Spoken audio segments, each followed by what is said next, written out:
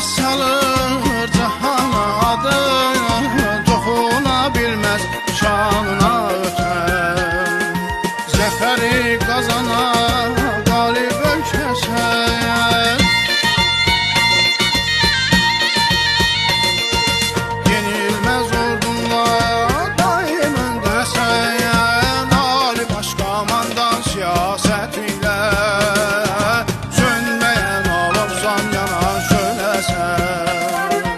Azərbaycan sənin fəxrindir Turan, igidlər düşmənə verməyir aman. Hürriyyət sözü yox həm əlimizdə, türklük qardaşlıq var təməlimizdə, yanacaq əbədi məşəlimizdə. Azərbaycan sənin fəxrindir Turan, igidlər düşmənə verməyir aman.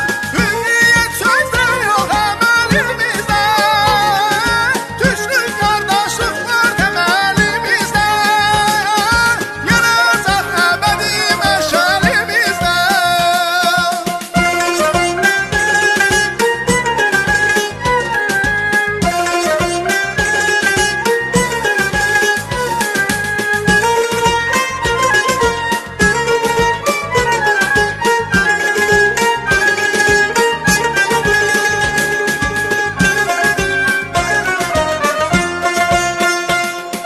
Dərin düşüncədə, saf bir duyğuda